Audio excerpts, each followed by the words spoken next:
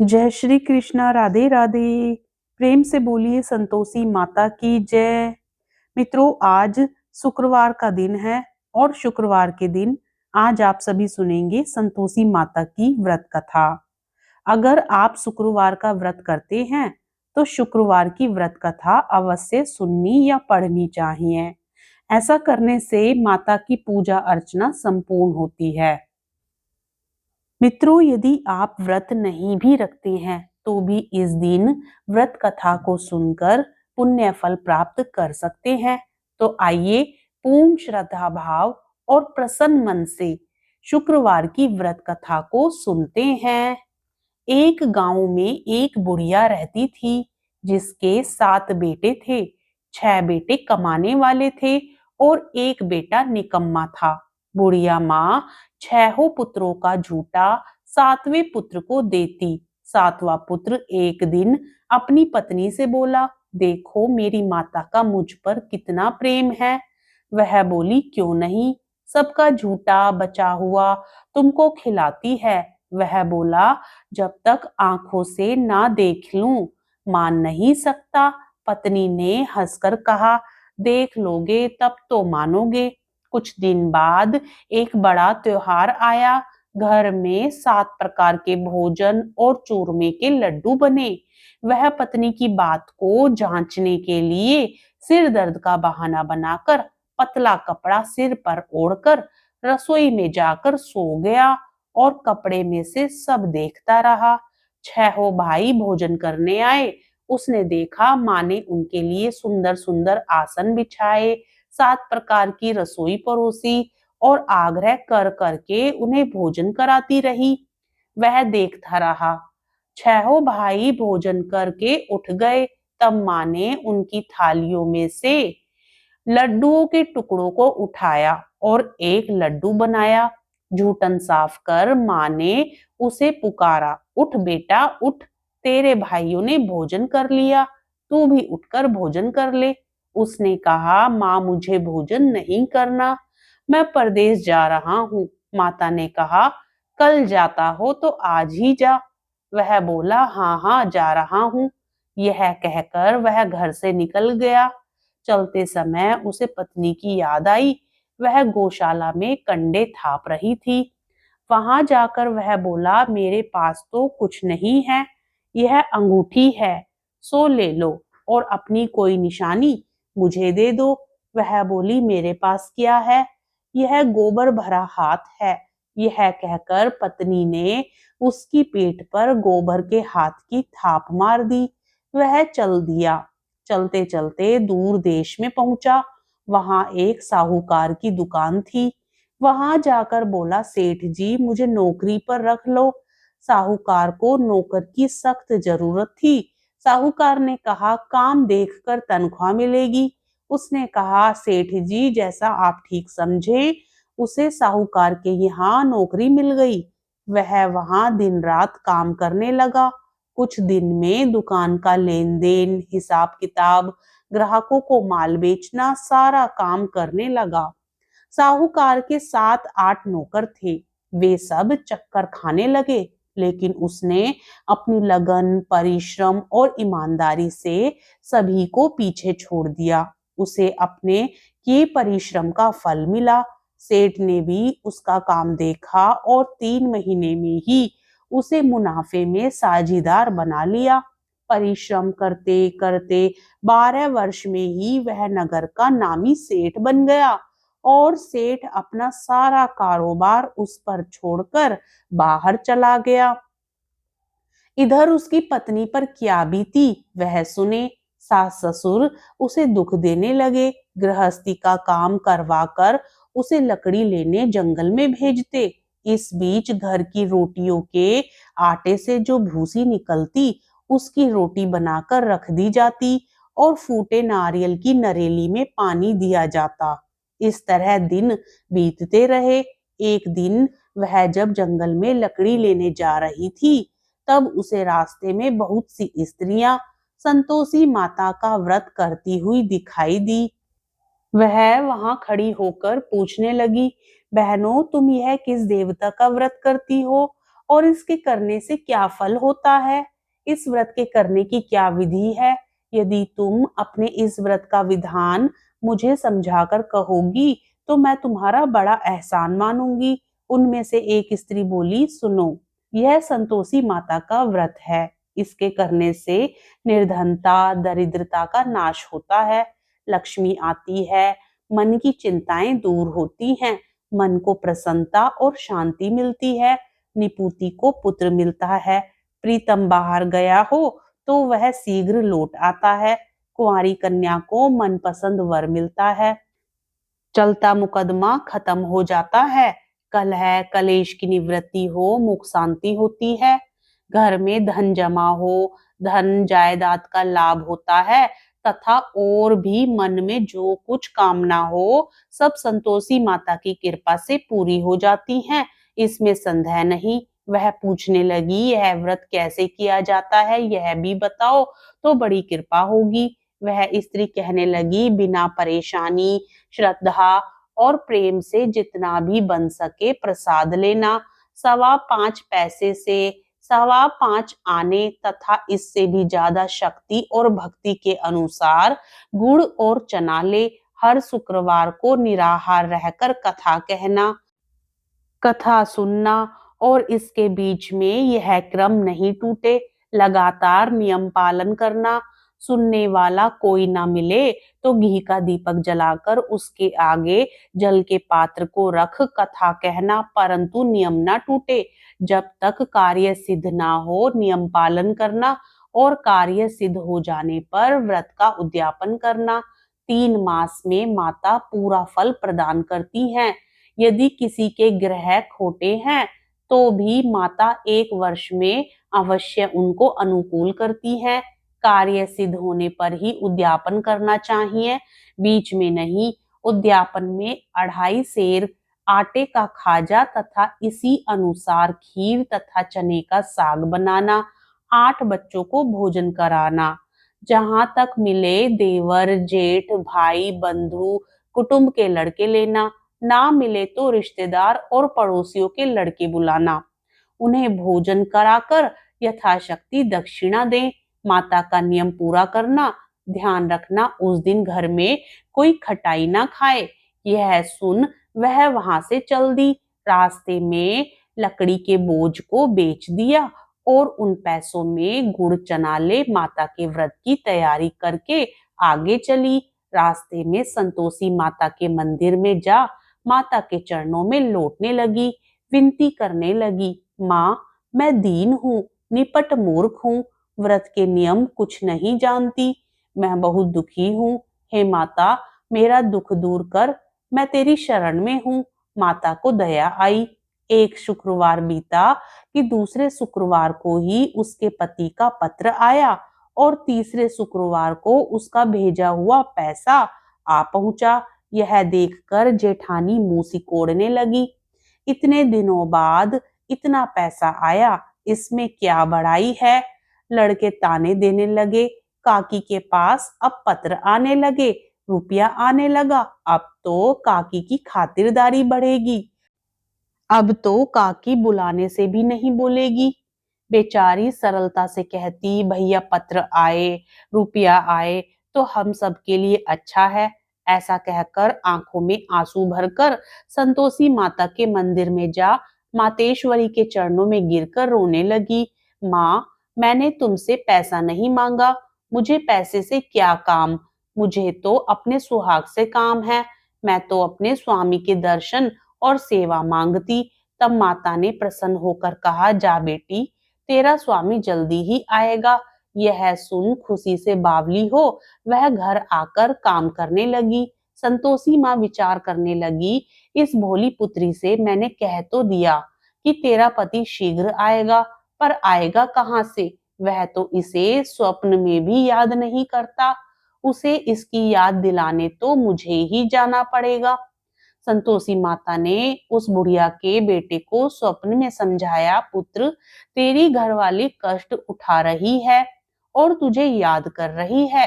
वह बोला, हाँ माता, यह तो मुझे भी मालूम है, परंतु क्या करूं, वहां कैसे जाऊं, परदेश की बात है, लेन देन का सारा हिसाब किताब है।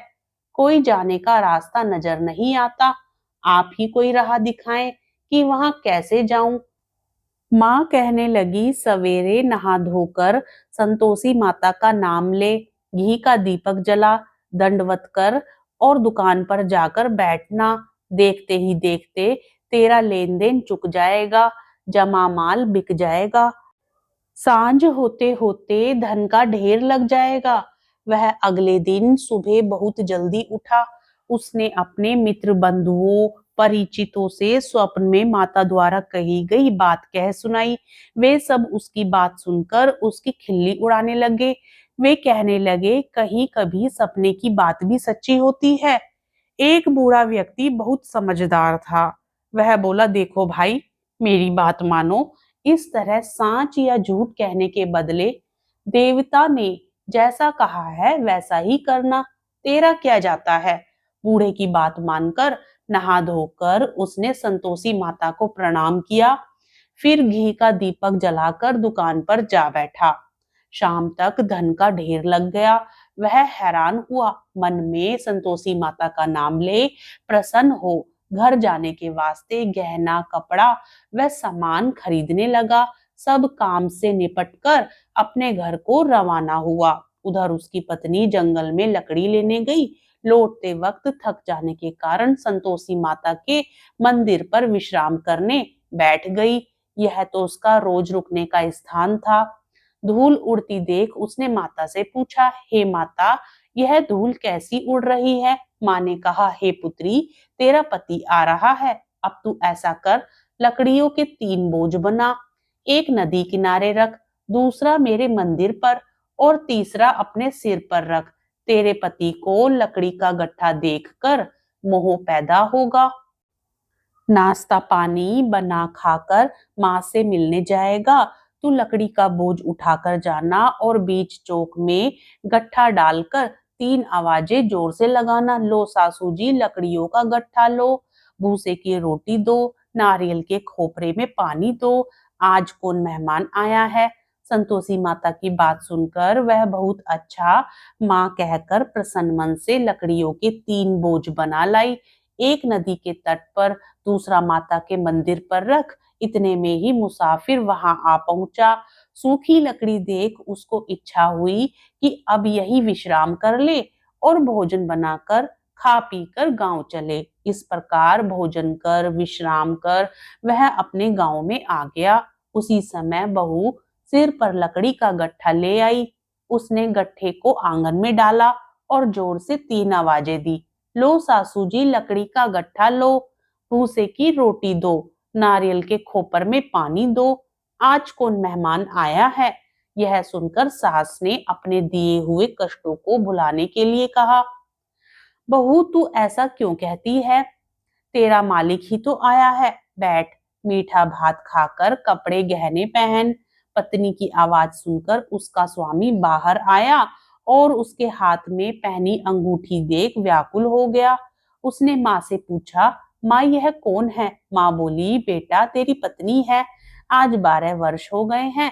जब से तू गया है तब से सारे गांव में जानवर की तरह भटकती फिरती है। काम काज कुछ करती नहीं, 4 समय आकर खा जाती है। अब मुझे देखकर भूसी की रोटी और नारियल के खोपरे में पानी मांगती है। वह बोला, माँ मैंने इसे भी देखा है और तुम्हें भी। मुझे दूसरे घर की चाबी दो, मैं उसमें रहूंगा। ठीक है बेटा, जैसी तेरी मर्जी, कहकर माँ ने चाबी का गुच्छा बेटे के सामने रख दिया। उसने दूसरे घर को खोलकर सारा सामान जमाया। एक ही दिन में वहां राजा के महल जैसा ठाट बाट बन गया। अब क्या था, वह सुख भोगने लगी। अगला शुक्रवार उसने पति से कहा, मुझे संतोषी माता का उद्यापन करना है। पति बोला, बहुत अच्छा, खुशी से कर लो। वह उद्यापन की तैयारी करने लगी। जेठ के लड़कों को भोजन के लिए कहने गई। उन्होंने मंजूर किया, परंतु पीछे से जेठानी ने अपने बच्चों को सिखलाया, देखो रे, भोजन के समय सब लोग खटाई मांगना, जिससे उसका उद्यापन पूरा ना हो। लड़के भोजन करने आए, खीर पेट भरकर खाई, परंतु बात याद आते ही कहने लगे, हमें कुछ खटाई खाने को दो। खीर खाना हमें भाता नहीं, देख कर अरुचि होती है। लड़के उठ खड़े हुए, बोले पैसे लाओ। भोली बहू कुछ जानती ना थी, उसने उन्हें पैसे दे दिए। लड़कों ने बाजार जाकर उन पैसों से इमली खरीदी और खाई। यह देखकर बहू पर माताजी ने कोप किया। राजा के दूत उसके पति को पकड़कर ले गए। अब सब मालूम हो जाएगा। जब जेल की रोटी खाएगा, बहू से यह वचन सहन नहीं हुए। वह संतोषी माता के मंदिर में गई और कहने लगी, माता तुमने यह क्या किया? हंसाकर क्यों रुलाने लगी? माता बोली, पुत्री तूने मेरा व्रत भंग किया है, इतनी जल्दी सब बातें भुला दी। वह बोली, माता भूली तो नहीं हूँ, ना कुछ अपराध किया है, मुझे तो लड़कों ने भूल डाल दिया, मुझे क्षमा करो माँ। माँ बोली, ऐसी भूल भी कहीं होती है? वह बोली, अब कोई भूल नहीं होगी। अब बताओ मेरे पति कैसे आएंगे? माँ बोली, पुत्री जा, तेरा पति तुझे रास्ते में ही आता मिलेगा। वह मंदिर से निकलकर बाहर आई तो रास्ते में उसे अपना पति आता हुआ मिला। उसने पूछा, कहाँ गए थे? वह बोला, इतना धन जो कमाया है उसका कर राजा ने मांगा था, वह भरने गया था। वह प्रसन्न होकर बोली, भला हुआ, अब घर चलो। फिर अगला शुक्रवार आया। वह बोली, मुझे माता का उद्यापन करना है। पति ने कहा, ठीक है करो। वह फिर जेठ के लड़कों से भोजन को कहने गई। जेठानी ने लड़कों को सिखा दिया कि तुम पहले ही खटाई मांगना। लड़के भोजन करने बैठे, लेकिन भोजन करने से पहले ही कहने लगे, हमें खीर पूरी नहीं भाती, जी बिगड़ता है, कुछ खटाई खाने को दो। वह बोली, खटाई खाने को नहीं मिलेगी, खाना हो तो खाओ। उनके उठकर चले जाने पर उसने ब्राह्मणों के लड़के बुलाकर भोजन करवाया। दक्षिणा की जगह उन्हें एक एक फल दिया। इससे संतोषी माता प्रसन्न हुई। माता की कृपा से 9 माह बाद उसको चंद्रमा के समान एक सुंदर पुत्र प्राप्त हुआ। पुत्र को लेकर वह प्रतिदिन संतोषी माता के मंदिर में जाने लगी। माँ ने सोचा कि यह रोज आती है, आज क्यों ना मैं ही इसके घर चलूं और इसका आसरा देखूं तो सही। यह विचार कर माता ने भयानक रूप बनाया। गुड़ और चने से सना मुख, ऊपर से मुंड के समान होठ, उस पर मक्खियां भिन भिना रही थी। दहलीज में पैर रखते ही उसकी सास चिल्लाई, देखो रे, कोई चुड़ैल डाकिनी चली आ रही है, लड़कों इसे भगाओ, नहीं तो सबको खा जाएगी। बहू रोशनदान से देख रही थी। वह प्रसन्न हो उठी, आज मेरी माता मेरे घर आई हैं। यह कहकर दूध पीते बच्चे को गोद से उतार दिया। इस पर उसकी सास क्रोध में भरकर बोली, अरे देख कैसी उतावली हुई भागती है, जो अपने बच्चे को भी इस तरह से पटक दिया। इतने में माँ के प्रताप से जहां देखो वहां लड़के ही लड़के नजर आने लगे। वह बोली, माँ जी मैं जिनका व्रत करती हूँ यह वही संतोषी माता है। इतना कहकर उसने झट से घर के सारे दरवाजे खोल दिए। सबने माता के चरण पकड़ लिए और विनती करके कहने लगे, हे माता, हम मूर्ख हैं, हम अज्ञानी हैं, तुम्हारे व्रत की विधि हम नहीं जानते, तुम्हारा व्रत भंग कर हमने बड़ा अपराध किया है। हे माता, आप हमारे अपराधों को क्षमा करो। इस प्रकार बार बार कहने पर संतोषी माता प्रसन्न हुई। इसके बाद उसकी सास कहने लगी, हे संतोषी माता, आपने बहू को जैसा फल दिया वैसा सबको देना। जो यह कथा सुने या पढ़े उसका मनोरथ पूर्ण हो। प्रेम से बोलिए संतोषी माता की जय। कथा को सुनने के पश्चात आरती भी जरूर सुननी चाहिए। जय संतोषी माता मैया, जय संतोषी माता, अपने सेवक जन को सुख संपत्ति दाता। मैया जय संतोषी माता, सुंदर चीर सुनहरी माँ धारण कीनो, हीरा पन्ना दम के तन श्रृंगार लीनो। मैया जय संतोषी माता, गेरू लाल छटा छवि बदन कमल सोहे, मंद हसत करुणामयी त्रिभुवन जन मोहे। ओम जय संतोषी माता, स्वर्ण सिंहासन बैठी चवर डूरे प्यारे, धूप दीप मधुमेवा भोग धरे न्यारे। ओम जय संतोषी माता, गुड़ अरुचना परम प्रिय, तामे संतोष कियो, संतोषी कहलाई भगतन वैभव दियो। ओम जय संतोषी माता, जय शुक्रवार प्रिय मानती आज दिवस सोही, भक्त मंडली छाई कथा सुनत मोही। ओम जय संतोषी माता, मंदिर जगमग ज्योति मंगल ध्वनि छाई, विनय करे हम बालक चरणन सिर नाई। ओम जय संतोषी माता, भक्ति भाव में पूजा अंगीकृत कीजे, जो मन बसे हमारे इच्छा फल दीजे। ओम जय संतोषी माता, दुख दरिद्र रोगी संकट मुक्त किए, बहुधन धान्य भरे घर सुख सौभाग्य दिए। ओम जय संतोषी माता, ध्यान धरो जिस जिन ने मन वांछित फल पायो, पूजा कथा श्रवण कर घर आनंद आयो। ओम जय संतोषी माता, शरण गहे की लज्जा राखियो जगदम्बे, संकट तुही निवारे दयामयी अम्बे। ओम जय संतोषी माता, संतोषी माँ की आरती जो कोई नर गावे, रिद्धि सिद्धि सुख संपत्ति जी भर कर पावे। ओम जय संतोषी माता। जय माता दी। कथा अच्छी लगी हो तो वीडियो को लाइक करके चैनल को जरूर सब्सक्राइब कीजिएगा। जय माता दी।